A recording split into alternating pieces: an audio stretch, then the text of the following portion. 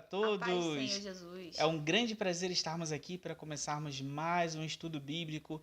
Esse é o número 7, né? Número 7. Desde que a gente começou. E nós vamos estar aqui estudando Apocalipse número 7, 7. né? Antes de mais nada, queria agradecer a sua presença e já me apresentando. Eu sou o pastor Malmal Eu sou a pastora Geisa. e esse é o canal do Songs of Tomorrow Ministry, um canal feito para honrar e glorificar o nome do Senhor e adorá-lo através dos louvores e, enfim, também compartilhar um pouco da palavra do Senhor para que nós possamos nos tornar fortes e entendermos o plano de Deus para a nossa vida. Amém? Isso aí. Queridos, eu já queria pedir para você curtir o vídeo, se inscrever no canal, né? Isso aí. Qual mais o quê? Dá o seu Dar o seu like, ativar o sininho. Compartilhar com os seus amigos, seus parentes. E comentar muito. Comente Precisamos muito. dos seus comentários. Sim, comentem. Vai ser um grande prazer. Se você tiver qualquer dúvida, qualquer coisa, comente. Vai ser um grande prazer falar com vocês, tá bom? Então, queridos, antes de mais nada, gostaria de convidar a você a mais uma vez ter sua Bíblia em mãos para estar conferindo todas as coisas junto conosco. E te convido agora a abrir a sua palavra em Apocalipse 7. Apocalipse 7. Aqui na minha Bíblia eu tenho dois títulos, né? Como a gente vai ver hoje, Apocalipse 7 é dividido em duas partes. E o primeiro é: os israelitas fiéis são salvos de perigos iminentes, e a visão dos mártires na glória. Então vamos ler e entender aquilo que o Senhor tem para falar conosco nessa noite. Diz assim, ou nesse dia, depende da hora que se vê, né? É verdade. E depois destas coisas, vi 4 anjos que estavam sobre os 4 cantos da terra, retendo os 4 ventos da terra, para que nenhum vento soprasse sobre a terra, nem sobre o mar, nem contra árvore alguma. E vi outro anjo subir da banda do sol nascente, e que tinha o selo do Deus vivo, e clamou com grande voz aos 4 anjos a quem fora dado o poder de danificar a terra e o mar, dizendo: Não danifiqueis a terra, nem o mar, nem as árvores, até que hajamos assinalado na testa os servos do nosso Deus. E ouviu o número dos assinalados, e eram 144.000 assinalados, de todas as tribos dos filhos de Israel. Da tribo de Judá havia 12.000 assinalados, da tribo de Ruben, 12.000, da tribo de Gade, 12.000, da tribo de Azer, 12.000, da tribo de Naphtali, 12.000, da tribo de Manassés, 12.000, da tribo de Simeão, 12.000, da tribo de Levi, 12.000, da tribo de Sacar, 12.000, da tribo de Zebulon, 12.000, da tribo de José, 12.000, da tribo de Benjamim, 12.000. Depois destas coisas olhei, e eis aqui uma multidão a qual ninguém podia contar, de todas as nações, e tribos e povos e línguas que estavam diante do trono e perante o Cordeiro, trajando vestes brancas e com palmas nas suas mãos. E clamavam com grande voz, dizendo: Salvação ao nosso Deus, que está assentado no trono, e ao Cordeiro. E todos os anjos estavam ao redor do trono, e dos anciãos e dos 4 animais, e prostraram-se diante do trono sobre o seu rosto, e adoraram a Deus, dizendo: Amém, louvor e glória e sabedoria e ação de graças, e honra e poder e força ao nosso Deus, para todo sempre. Amém. E um dos anciãos me falou, dizendo: Estes que estão vestidos de vestes brancas, quem são e de onde vieram? E eu disse-lhe: Senhor, tu sabes. E ele disse-me: Estes são os que vieram de grande tribulação, lavaram as suas vestes e as branquearam no sangue do Cordeiro. Por isso estão diante do trono de Deus e o servem de dia e de noite no seu templo. E aquele que está assentado sobre o trono os cobrirá com a sua sombra. Nunca mais terão fome, nunca mais terão sede. Nem sol, nem calma alguma cairá sobre eles, porque o Cordeiro que está no meio do trono os apacentará. E lhes servirá de guia para as fontes das águas da vida. E Deus limpará de seus olhos toda lágrima. Aleluia. Louvado seja Deus por sua palavra. Então, queridos, nós vamos conversar um pouquinho, né, sobre os eventos apresentados nesse capítulo, para a gente poder contextualizar onde nós estamos. Mais uma vez eu te convido, se você não viu os outros vídeos, é interessante ver, porque a gente vê o desenrolar dos fatos, da história, de uma cena, de coisas que estão acontecendo no reino celestial e na terra. E os outros vídeos, eles justamente mostram esse desenrolar até chegar aqui. Apocalipse 7 é vamos dizer, um capítulo muito interessante. Ele ali está na divisão ali da abertura do 6º selo. Ele está entre a abertura do 6º selo, ele ocorre após isso, na ordem aqui de Apocalipse. E ele está antes da abertura, né, do 7º selo, que nós vamos ver no próximo capítulo, que é Apocalipse 8. e ele não está apresentando exatamente uma consequência da abertura do selo, exatamente. É um evento entre, né? Não que não tenha a ver, tem a ver, mas não é decorrente a abrir o sexto selo e aconteceu isso, não. É um evento entre, no caso, o sexto e o sétimo selo, ocorrendo tanto no céu como na terra. Então, como eu falei, né, Apocalipse 7, ele narra, né, dois eventos principais, os quais são os 144 mil assinalados do povo de Israel, né, que é o que está escrito na palavra, e também a visão celestial dos mártires, ou seja, aqueles que morreram, né, que deram a sua vida por amor a Jesus. E a gente vai ver da onde eles vieram, né? A gente já leu aqui, mas a gente vai estar retornando. Esse texto, ele é interessante, ele é um texto curto, mas ele gerou muita especulação. Ele não só gerou, ele ainda gera muita especulação e, infelizmente, muita heresia e blasfêmia. A gente foi estudar, né, sobre Apocalipse 7 e a gente teve algumas, Assustador. teve algumas dúvidas, assim, a gente foi procurar outros estudos, outras pessoas falando, e a quantidade de coisas terríveis que a gente ouviu, sabe, de pessoas totalmente sem temor, de pessoas totalmente soberbas, que confiam no próprio intelecto, ao invés de serem humildes o suficiente de reconhecer que não sabe, enfim, foi terrível. Esse texto é pequeno, mas gerou muita especulação, né? E por quê? E muita heresia, por tentar explicar, por exemplo, o motivo pelo qual a tribo de Dan não é mencionada. Ela é suprimida dessa lista de tribo das 12 mil pessoas assinaladas. A gente vai ver isso, né, no decorrer do estudo. Eu vou explicar isso bem a fundo. Eu vou tentar procurar ser bem detalhista nisso para vocês entenderem o que geralmente é falado por algumas correntes teológicas e como as pessoas se desviam da verdade, né? É, e a outra coisa também é porque ao invés de se chamar, de falar, posto, tribo de Efraim, se bota tribo de José, né? E aí eu vi pessoas falando, a Bíblia tá errada, João, enfim, a gente vai entrar nesse mérito quando chegar lá, essa é só uma visão geral agora no começo, né? Então a gente vai buscar entender, né, sabendo que a vontade de Deus é soberana, ele faz da maneira que ele quiser, se ele quer suprimir, se ele quer incluir, isso é com ele, né? A vontade dele é soberana e ele tem todo o direito também de não querer revelar, né? Em Deuteronômio 29 diz que as coisas ocultas, elas pertencem a Deus e as reveladas a nós.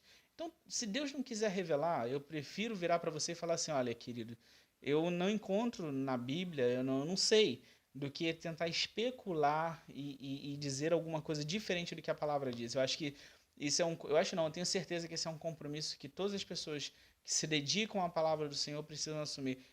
Você pode falar, não sei, não entendo, eu realmente a Deus não é vergonhoso, não é vergonhoso. E outra coisa, a gente está falando de Apocalipse, a gente está falando do fim, tem certas coisas que só vão ser realmente vistas e entendidas quando chegar. E o próprio Apocalipse no final diz que aquele que acrescentar ou tirar uma vírgula é digno de Exato. todas as maldições contidas na Bíblia. Né? Então, eu vou falar até sobre isso. Tem que ter muito cuidado, muito temor ao falar qualquer coisa, porque se não estiver dentro, né, do que realmente Deus deixou pra gente, você acaba cometendo um pecado muito grande e acaba se condenando. Então. Exato, e a gente vê muitas seitas, muitos erros por causa dessas coisas, por pessoas que pegaram a Bíblia e interpretaram segundo aquilo que elas achavam, imaginavam, e a Bíblia ela se interpreta pelo Espírito Santo, pela ajuda do Espírito Santo. E uma coisa muito importante, se você ainda não sabe sobre isso, eu vou falar uma frase que ajuda muito na hora de estudar a Bíblia. Texto sem contexto é pretexto para heresia. Ou seja, qualquer texto que você vai examinar na Bíblia, ele tem que ter um contexto, porque se você, por exemplo, se você pega uma palavra isolada, às vezes na Bíblia, e você não conhece a Bíblia, você pode acabar cometendo uma coisa totalmente errada. E sem o contexto, você não sabe por que aquela palavra está ali. Então é importante a gente realmente estudar a palavra de acordo com aquilo que o Espírito Santo nos ensina. Amém? Então, começando, né? Vamos ver aqui o começo do capítulo, a gente vai falar sobre alguns anjos, né? A visão dos anjos de Apocalipse 7, nós vamos ver pelo menos aí no começo, 5 anjos diferentes, mas eu acredito até que esteja mais, né? Já no primeiro capítulo, né, João, ele vê 4 anjos, e eram 4 anjos extremamente poderosos. Por quê? A Bíblia relata que esses anjos, eles tinham o poder, eles estavam nos 4 cantos da terra, segurando os 4 ventos da terra, E eles tinham o poder de segurar, de reter este vento. E eles tinham também o poder de, através disso, danificar o mar, danificar a terra, danificar as árvores. Então vamos pensar. Já percebeu quando não está ventando, como é ruim pra gente? Como é abafado, como é... Sabe, o calor fica muito pior, fica terrível, né? E o mar, ele precisa do vento, né? As ondas, então, enfim, toda aquela movimentação, enfim, o vento é importante para todas as coisas. E esses anjos, segundo o Apocalipse 7, eles têm o poder, né, de danificar as árvores, a terra e o mar. E eles retêm esses ventos, né? Os anjos posicionados nos 4 cantos da terra significa dar a entender a totalidade. Eles tinham domínio sobre toda a terra, esses 4 anjos, né? Então a gente pode, sei lá, dividir em norte, sul, leste, oeste. Eu não sei se é isso, mas enfim, significa que eles tinham poder, né? Parte norte, parte sul, parte leste, parte oeste. Eles tinham o poder, né, de reter, né, no caso, o vento em todas as partes da terra, né? Então essa ideia de 4 cantos dá essa dimensão de territorial, como posso dizer? Algo completo. Eles estavam em todo o território. Não é, enfim, não é nada dizendo que a Terra é plana aqui, tá? Só para deixar bem claro. Isaías já fala que o Senhor está assentado sobre o globo terrestre. Então aqui João não está falando que a Terra é plana, só para ficar claro, tá bom? Então, o que acontece? Antes que eles pudessem danificar a Terra, aparece um outro anjo que fala: olha, segura aí, não façam isso agora, não danifiqueis a terra, nem o mar, nem as árvores, até que hajamos assinalado nas testas os servos do Senhor. Então isso é muito interessante. E quais eram esses servos do Senhor? A gente vai entrar nesse assunto agora. O anjo fala, né, demonstra-se pelo diálogo deles, que eram 144 mil. Por que eram 144 mil? Deus escolheu de cada uma das tribos, são 12 tribos, eu vou também falar sobre isso, porque nesse capítulo existe um problema que acontece de interpretação, então a gente vai estar conversando sobre isso, mas em geral são 12 tribos de Israel. Para cada tribo, Deus escolheu 12 mil, então 12 mil vezes 12 dá 144 mil, é daí que vem esse número, tá? Então, um fator interessante aqui sobre os assinalados é que, segundo o versículo 4, estes pertenceriam às tribos de Israel. Por que eu estou falando isso? Porque a gente sabe que no período da graça, o Senhor virou sua atenção para os gentios, né? Nós. Não que o Senhor esqueceu de Israel, ele nunca esquece de Israel, mas é o nosso período, é a nossa dispensação, vamos dizer assim, a dispensação da igreja. Ah, mas Israel pode ser da igreja? Óbvio, a igreja começou com os judeus, então, com certeza. Mas, enfim, nesse período agora, ele não está falando dos gentios, ele está falando dos israelitas, e a Bíblia é muito clara, né? E, como eu falei, né, eles foram, esse anjo pediu para que eles esperassem até que essas pessoas do povo de Israel estivessem assinaladas. Uma coisa interessante, né? O primeiro fato interessante é a questão do simbolismo do número. Existe uma corrente de pensadores que fala que esses 144 mil são um número simbólico. Isso já gerou muita controvérsia para aqueles que estudam este capítulo, e a afirmação que esse 144 mil seria simbólico não se encontra em lugar nenhum. Tipo, a Bíblia fala que vão ser 144 mil, e a Bíblia fala, são 12 mil escolhidos da tribo X, 12 mil da tribo Y, 12 mil da tribo Z. Tipo, é muito específico, sabe? Não é simbólico. Eu não vejo assim, porque eu não vejo a palavra dizer isso, entende? Deus é muito específico. A gente percebe que quando é simbolismo, não é tão específico. Você vê, por exemplo, Daniel. Quando Daniel tem a visão ali do carneiro, enfim, aquilo ali é um simbolismo. Você consegue ver como se fosse uma figura aquilo que ele está falando. Mas assim, aqui não, aqui é muito específico. Nós vamos assinalar 12 mil de cada tribo, e ele dá o nome das tribos, ele diz quais as tribos vão ser assinaladas. Então isso para mim não é simbólico, porque a Bíblia não deixa margem para a interpretação de que seja simbólico. Eu confesso que no passado eu até fiquei pensando, nossa, mas será? Eu queria estar entre esses 144 mil, até que eu entendi que esses 144 mil não são, no caso, os gentios, eles são da tribo de Israel. Eles são do povo de Israel, das tribos do povo de Israel. Isso é interessante a gente deixar bem claro, porque principalmente no final dos tempos, vai haver diferença, assim, tanto Israel como a igreja serão salvos, mas existe diferença, um pouco de diferença, porque existem promessas que são específicas para Israel, existem promessas que são específicas para a igreja. Você quer ver um negócio? Arrebatamento, ok? A igreja será arrebatada. O que acontecerá com Israel? Estará na terra, porque Israel ainda estará rebelde às ordens do Senhor. Mas é justamente no final dos tempos que vai acontecer o quê? Israel vai se lembrar de Deus, vai se voltar para Deus e se arrepender. Ou seja, a igreja foi arrebatada. Ela está com Cristo, ela tem um corpo transformado, como um dia a gente vai fazer um estudo para falar sobre isso. Israel vai estar na terra. Então, tá vendo? Quando Cristo voltar aqui, quem é que vai estar com ele? Nós, a igreja. E aonde vai estar Israel? Na terra. Entende? Então é muito importante porque esses 144 mil é uma promessa feita ao povo de Israel, ok? No caso, escolhas das tribos, ok? Uma outra coisa antes. É muito interessante que o anjo, ele fala que eles são servos do nosso Deus. A gente sabe que Israel não crê em Jesus, ok? Israel não crê em Jesus, isso desde o tempo de Jesus, né? Então, quando a Bíblia fala que eles serão servos do nosso Deus, serão pessoas do povo de Israel cristãs, que aceitaram ao Senhor, que entenderam, que tiveram seus olhos desvendados. Por isso, também, com esses assinalados, não é todo Israel. É uma parte de Israel a qual Deus resolveu, né, assinalar e proteger nesse tempo. Né? Outro ponto que muitas vezes tenta ser alterado é que esses 144 mil, né, são um número, né, fictício. E também que essas pessoas não seriam da tribo de Israel, e sim cristãos de todas as nacionalidades espalhadas pelos 4 cantos do mundo. Esta afirmativa também não há nada que prove que essa afirmativa é certa, principalmente por causa da riqueza de detalhes e personagens diferentes apresentados durante toda a narrativa do Apocalipse.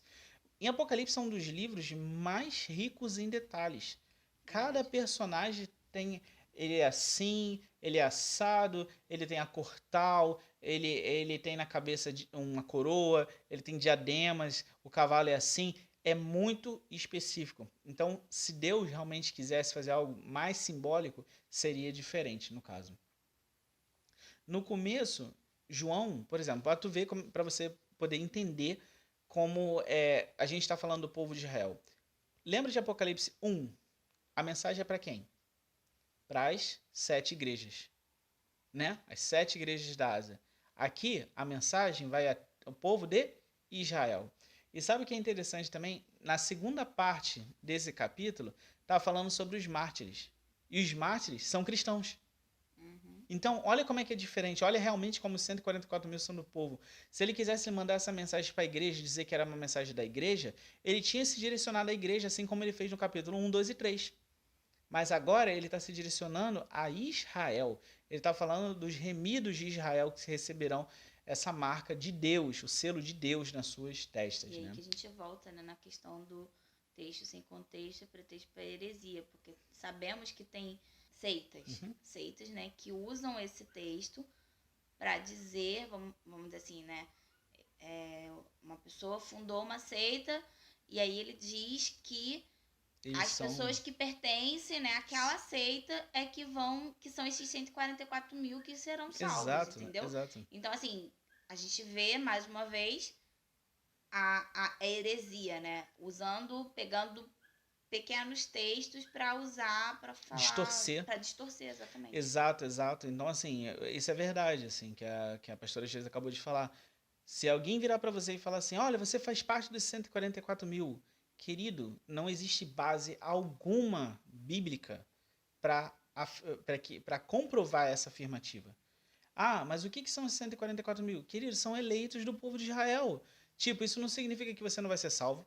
Isso não significa que você não vai dar as promessas. O que significa é que nesse tempo, Deus vai pegar esses escolhidos de dentre o povo de Israel. Porque ele assim o quis, ele é soberano para fazer. Não é? Quem sou eu? Eles não são melhores que nós, nem são piores que nós. Mas eles foram escolhidos por Deus. Então, fique realmente atento quando essas coisas acontecerem. Confira sempre na palavra de Deus, porque o Senhor sempre te mostrará a verdade. A verdade liberta. E é isso que Deus quer para mim e para a sua vida. Liberdade no Espírito. Né? Nós devemos ficar com que ele revelou, lembrando que as coisas ocultas são dele, como eu falei, está escrito em Deuteronômio 29. Né? Vamos entrar agora realmente na grande controvérsia desse capítulo. Né? O capítulo não tem nada de controvérsia, é a maneira como as pessoas interpretam. E qual é isso? Qual é essa controvérsia? Está justamente na menção das tribos, porque existem duas coisas que geralmente não acontecem quando a Bíblia fala das tribos, que é a tribo de José e a tribo de Levi. E a gente vai conversar sobre isso agora, né? Apesar dos dois tópicos citados acima, a maior controvérsia e a que mais vi heresias e blasfêmias sendo pronunciadas foram a respeito de como as 12 tribos estão listadas no capítulo 7. Vi, inclusive, isso, eu conversei com o pastor Geis, eu vi isso, pessoas que são líderes espirituais, pessoas que se denominam pastores, apóstolos, falando coisas absurdas, como que a Bíblia estava errada nessa parte. Outro falou que João era velho, ele já era velho, assim, basicamente o que essa pessoa quis dizer é que ele era velho e caduco, então ele errou na hora de escrever, enfim, receber a mensagem lá, ele errou e botou a tribo errada, e por isso ele não estava falando as coisas de maneira correta, porque ele já estava meio que caducando. E até mesmo eu também vi pessoas falando que a tribo de Dan era tão pecadora, mas tão pecadora, que é por esse motivo que a Bíblia não cita a tribo de Dan nesse capítulo, e que por causa desse pecado da tribo de Dan, o anticristo viria da tribo de Dan. Mais uma vez, se eu perguntar para essas mesmas pessoas aonde estão as referências para embasar as suas teorias, elas não vão saber me dar. Elas podem até me dar, mas vão dar versículos que não vão estar falando isso. Porque verdadeiramente Dan é uma tribo que foi muito idólatra, é uma tribo que teve muito problema. Mas todo Israel foi. E nenhum tem uma profecia que Deus riscaria o nome de Dan das tribos de Israel.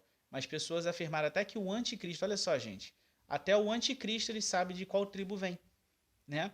Pra tu ver. Então isso é um absurdo. Você não sabe de onde o anticristo vem, entende? Então, assim, pessoas falaram um monte de besteira. Por quê? Porque elas não foram humildes de falar assim, eu não entendo isso. Eu não sei o que significa. Eu não faço ideia porque Dan não foi posto. Eu não faço ideia porque José foi escolhido por tribo de José ao invés do outro nome. Eu não sei porque Levi está nessa contagem. Enfim, as pessoas, ao invés de serem humildes e falar assim, eu não entendi, as pessoas falaram que a Bíblia errou. Ou seja, se a Bíblia errou, Deus errou.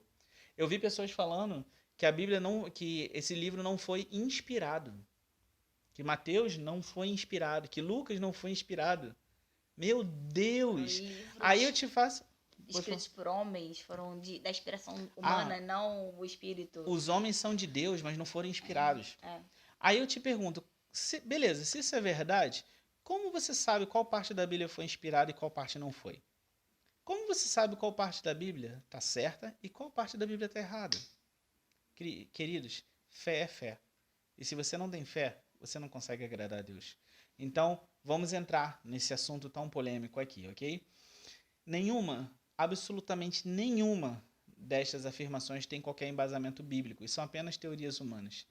Existem coisas que Deus não quis revelar. E a gente... não cabe a nós ficarmos afirmando uma teoria como se ela fosse verdade. Eu acho que assim, você falar assim, eu vejo dessa forma é uma coisa. Agora, você botar isso como verdade absoluta, falando que Deus disse isso, se a Bíblia não está dizendo que foi assim, não faça, ok? Se acreditarmos em tais afirmações, como alguém poderá dizer qual porção da Bíblia está correta ou errada e qual é inspirada ou não? Se a palavra de Deus possui falhas, logo ela é um livro como outro qualquer produzido pelo intelecto humano, né? E seu caráter divino não existe mais. Lembrando que quem estava dando a revelação, olha que coisa interessante e como é perigoso essas pessoas que falam essas coisas. Quem é que estava dando a revelação para João? Jesus. Jesus errou? Jesus ressurreto errou? Não é? Então, se João era idoso e já tinha seu julgamento afetado pela idade, como é que você acredita no resto do Apocalipse, querido? Como é que você pega assim, aqui João estava lúcido, aqui João estava sendo afetado pela idade? Verdade. Pelo amor de Deus, né? Então, será que o Jesus que ele viu, na verdade, foi uma alucinação? Já que é desse jeito? Isso não só diz respeito ao discípulo amado, porque João era um discípulo amado.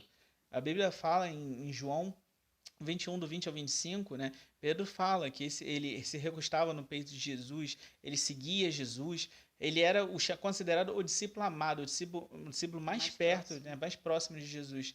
Né? Isso diz respeito a ele e a comunhão e toda a experiência que João tem com Deus. E traz respeito ao próprio Deus, até a própria sua palavra. Deus não erra, querido. Né? Jesus fala que as escrituras testificam dele.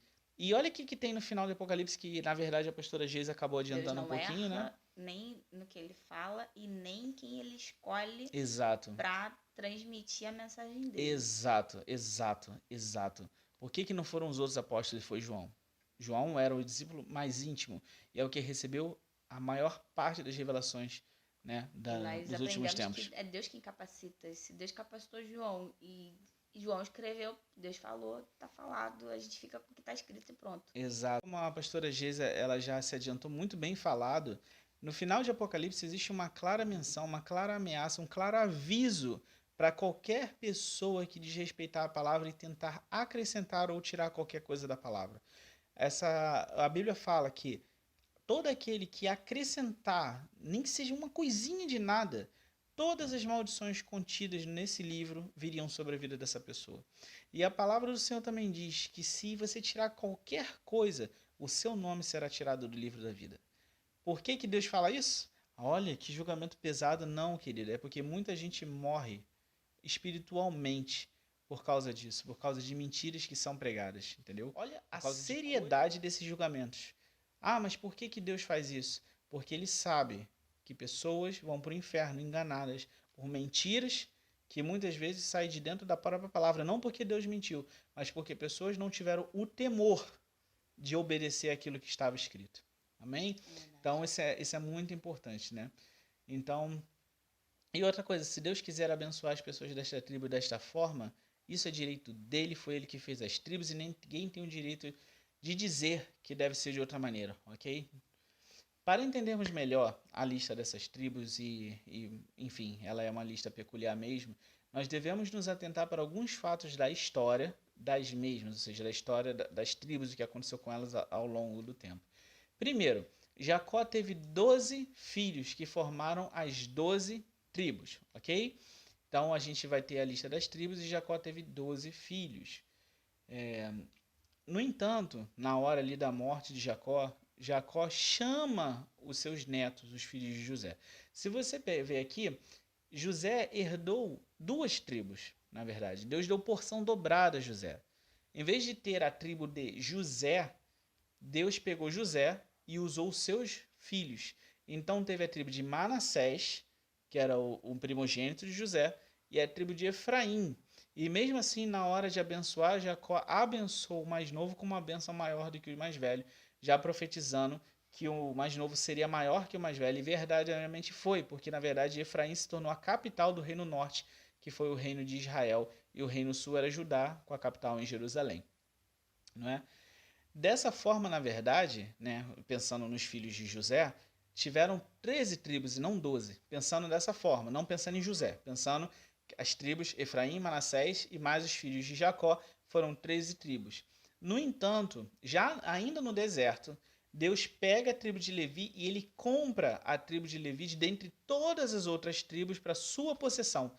Então, por causa disso, Levi começou a ser uma tribo de Deus, no caso, para o serviço de Deus, para o serviço do santuário, do sacerdócio, e a tribo de Levi não teve possessão junto com seus irmãos. Era uma tribo que Deus era a sua própria possessão, Deus era a sua própria herança. Por isso eles não receberam nenhum território. Todas as outras tribos tiveram seus territórios. Levi não recebeu. O máximo que Levi recebeu foram cidades. Em todos os territórios existiam as cidades dos levitas, né? Porque a herança deles não deveria ser a terra prometida, mas sim Deus, né? Então, isso você pode encontrar, por exemplo, em Deuteronômio 18, do 1 ao 2, você pode encontrar menção a isso. Assim, a lista das 12 tribos, em geral, exclui a tribo de Levi, por ela ser possessão de Deus e estar separada para o serviço sacerdotal, ok? Isso não diz que Levi não é parte das 12 tribos, mas Levi possui um status diferente. Então, se você incluir Levi, você vai contar 13 tribos, mas como Deus retirou Levi para si, você conta 12 tribos, né? O segundo ponto é que as tribos são formadas pelos filhos de Jacó. Então eu quero ver se eu tento ser o mais claro para você entender. Todas as tribos de Israel são formadas pelos filhos de Jacó, não por seus netos. A tribo de Efraim e Manassés são exceções à regra, ok? Mas, na verdade, ambas as tribos representam uma pessoa, representam José. Então, na verdade, a tribo de Manassés e a tribo de Efraim nada mais são que a tribo de José, né? E, Maurício, mas isso daí está escrito em Apocalipse, nunca apareceu antes, na verdade apareceu. Leia para mim, por favor, Números 13, 11. Então, já em Números 13, 11, você vai ver o nome, ou seja, a menção ao termo tribo de José. E essa tribo entra na lista, e assim a gente pode citar, sem erro, a tribo de José. Mas o que seria a tribo de José? A tribo de José seria uma tribo formada pelas tribos de Manassés e Efraim. Números 13, versículo 11. Da tribo de José, pela tribo de Manassés, Gade, filho de Suzi. Prestou atenção, da tribo de José pela tribo de Manassés. Ou seja, ele é da tribo de José, mas por quem? Pela tribo de Manassés, ou seja, pela descendência de Manassés. Mas ambos, Efraim e Manassés, formam o quê? A tribo de José. Então, quando Apocalipse 7 cita a tribo de José, não está errado. João não errou. Aí que está, João não errou. Tá vendo? Pessoas que dizem que João errou nessa parte, não errou. Números já estava dizendo isso. Números. Então, é muito interessante isto, né? No caso de Apocalipse 7, o que acontece em Apocalipse 7, né? Existe a menção da tribo com o nome do primogênito de José, chamado Manassés. Então, Manassés está na lista, 12.000 de Manassés. Mas quem você não encontra na lista? Efraim. Ao invés de Apocalipse citar tribo de Efraim, ele cita tribo de Manassés e tribo de José. Mas nesse caso, quando ele cita a tribo de José, ele está se referindo a uma clara menção à tribo de Efraim. Porque, como eu disse, José recebeu porção dobrada. São 12 tribos contando com seus filhos, no caso. São 12 tribos contando seus filhos, excluindo Levi. Mas essa lista é interessante, essa lista bota Levi também. Então, no caso aqui, você vê em Apocalipse 7 citando tribo de Manassés e tribo de José, representando a tribo de Efraim, que era filho de José. E ambos, Manassés e Efraim, formam uma tribo só, né? Ainda se a gente contar que Efraim e Manassés formam uma tribo, que é a tribo de José, você pode incluir Levi, porque aí vão formar 12 tribos. Porque, vamos pensar comigo aqui, ok? Existem 13 tribos, porque são 2 filhos de José, ok? Então, existem 13 tribos se você contar os 2 filhos de José e mais Levi. Se você pegar e, em vez de você contar Manassés e Efraim como 2 tribos, você contar como a tribo de José, logo você pode encaixar Levi e você fizer a conta aí, eu vou botar aqui o nome das tribos do lado aqui, se você fizer a conta aqui, vai dar 12 tribos certinho. Então, em nenhum momento houve qualquer erro da parte de João ou da parte bíblica. Deus falou exatamente o que ele queria falar. Terceiro ponto, que é um dos mais polêmicos, né, aqui. A tribo de Dan ser suprimida não significa que essa tribo era mais pecaminosa do que as outras, como vemos alguns afirmarem, nem que o anticristo vem dessa tribo. Você não vai encontrar nenhuma referência que prove esses pensamentos, ok? Deus fala contra Dan e expõe sua idolatria. Isso aí acontece. Mas vemos que todo Israel era idólatra. Não era só Dan que era idólatra, né? Seja do lado do reino norte, né?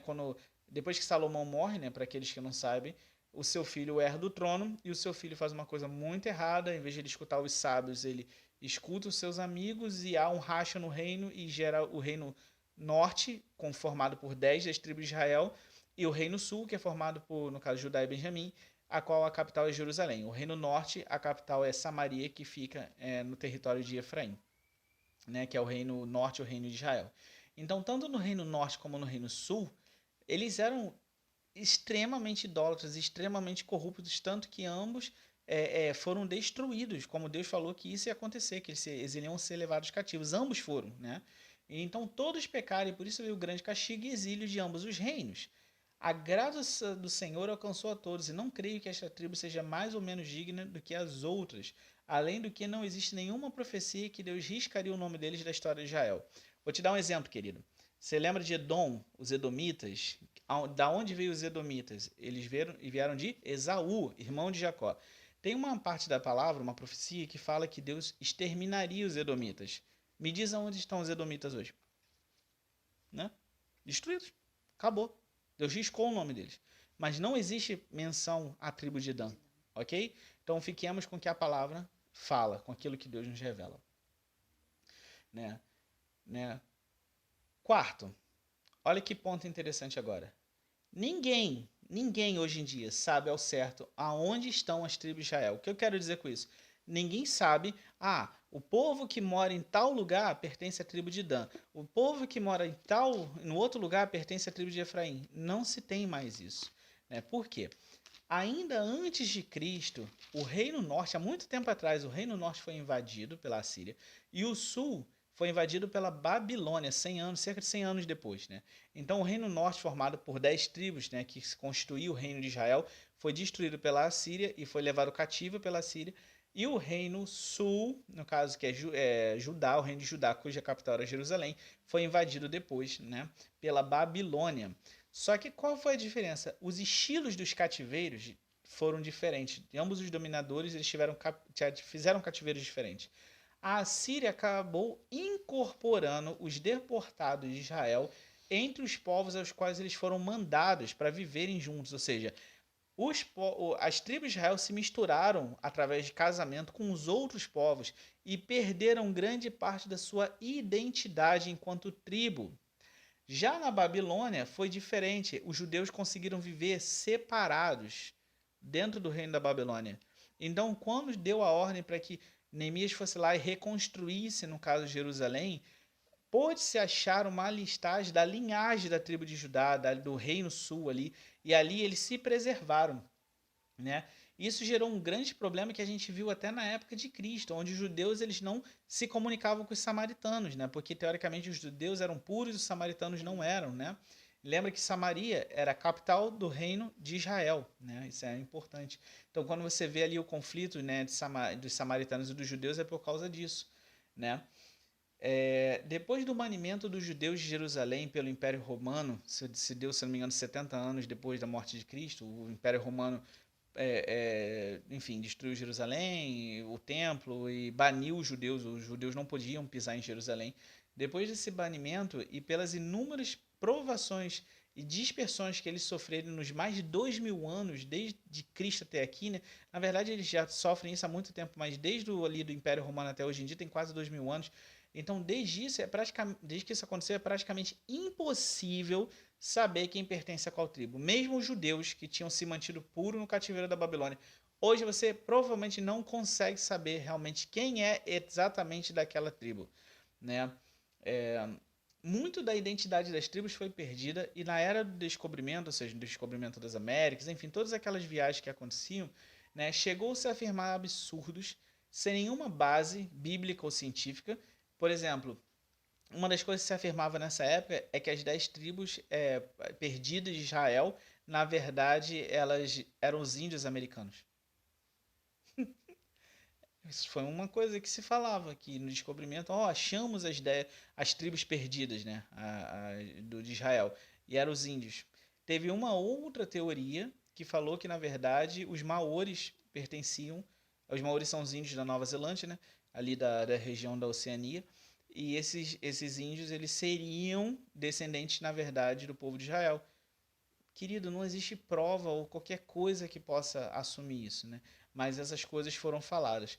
E até hoje nós temos vários grupos que afirmam pertencerem a uma das 12 tribos. Eu não duvido que eles pertençam, mas vamos assim dizer, a identidade deles já não é mais pura como era antigamente. Entendeu? Eles ao longo do tempo se casaram com outras pessoas, assimilaram outras culturas e hoje, sim, eles podem até ter algum traço das outras tribos, mas eles não têm mais aquela, vamos dizer assim, pureza da tribo, vamos assim dizer, no sentido assim, pureza que eu digo assim, eles são israelitas, eles já perderam essa identidade, eles, inclusive assim, o próprio governo israelense, ele busca às vezes fazer pesquisa para realmente saber se aquilo ali realmente é verdade ou não, né? Isso também dizer de pureza racial, não tô querendo entrar nesse mérito, não é isso que eu estou dizendo.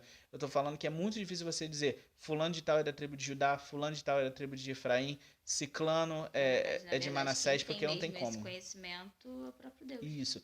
Esse é outro ponto que eu vou entrar agora. né? Porque assim, se você fala assim para mim, mas pastor, então quer dizer que assim, ninguém mais sabe basicamente assim de qual tribo, aonde estão essas tribos? Então como é que a gente entende a lista dos 144 mil em Apocalipse 7?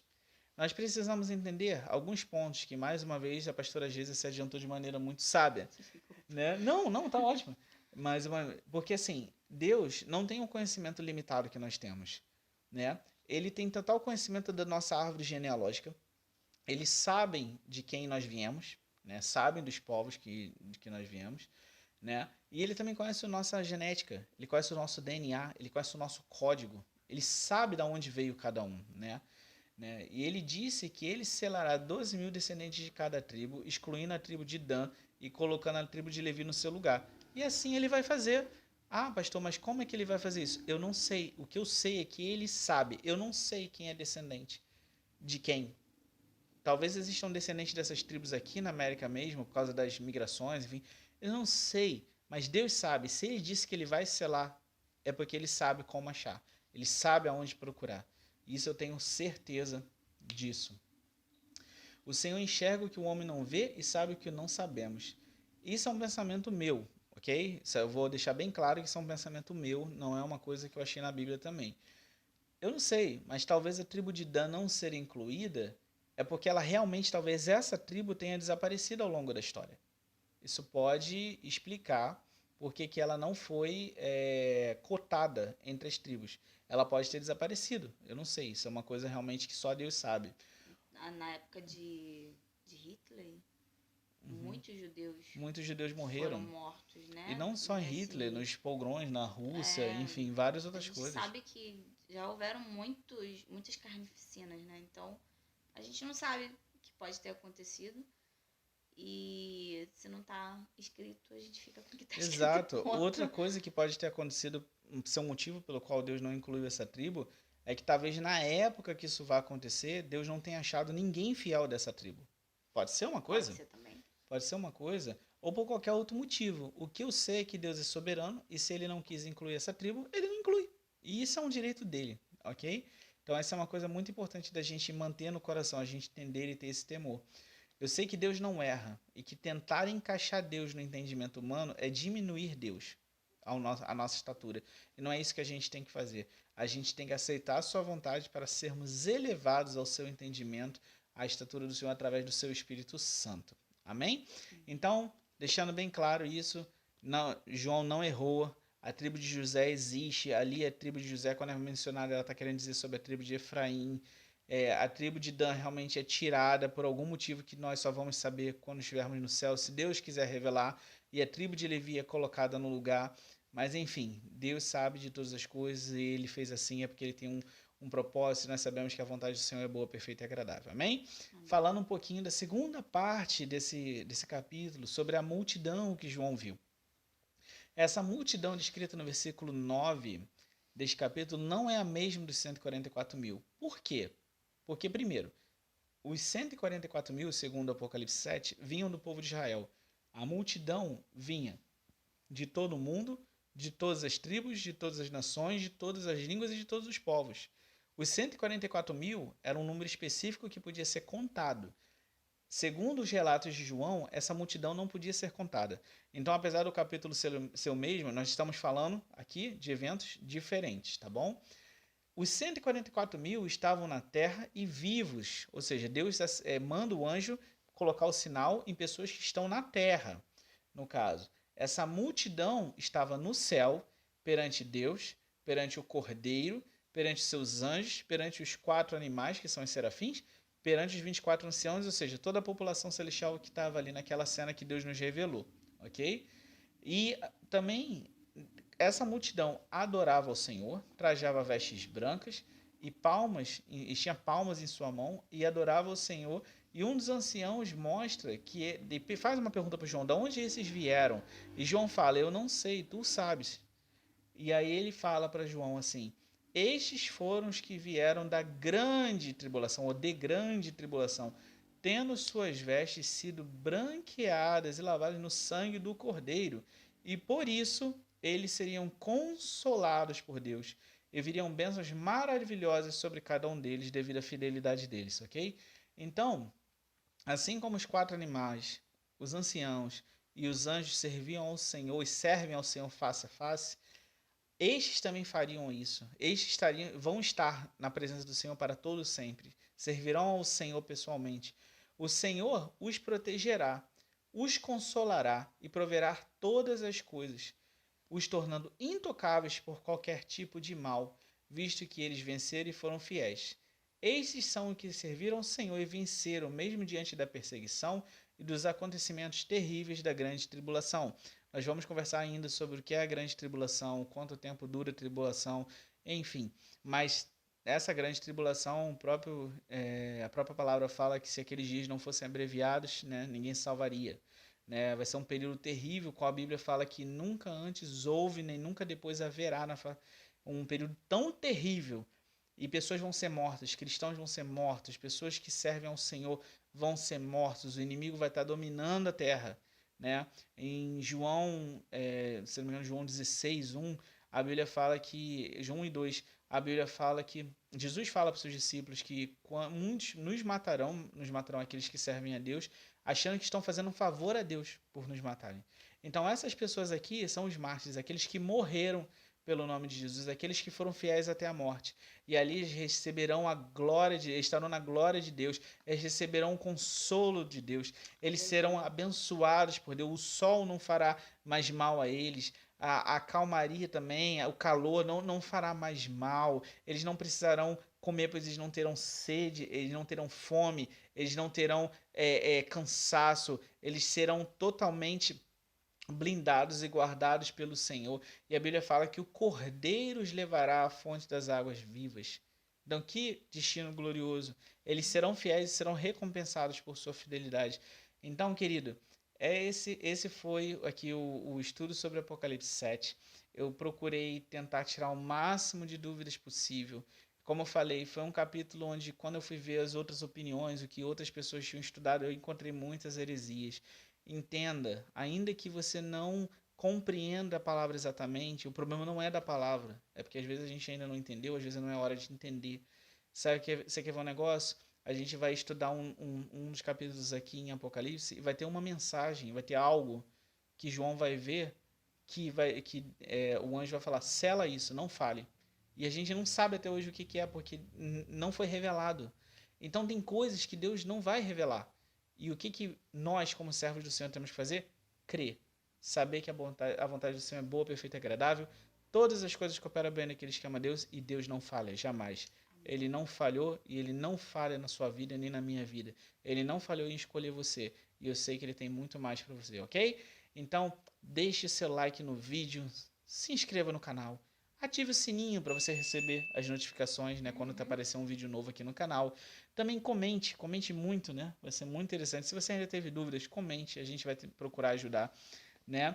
Compartilhe. E compartilhe. Compartilhar é evangelizar, tá bom? Fiquem com Deus, que Deus abençoe grandemente as vossas vidas.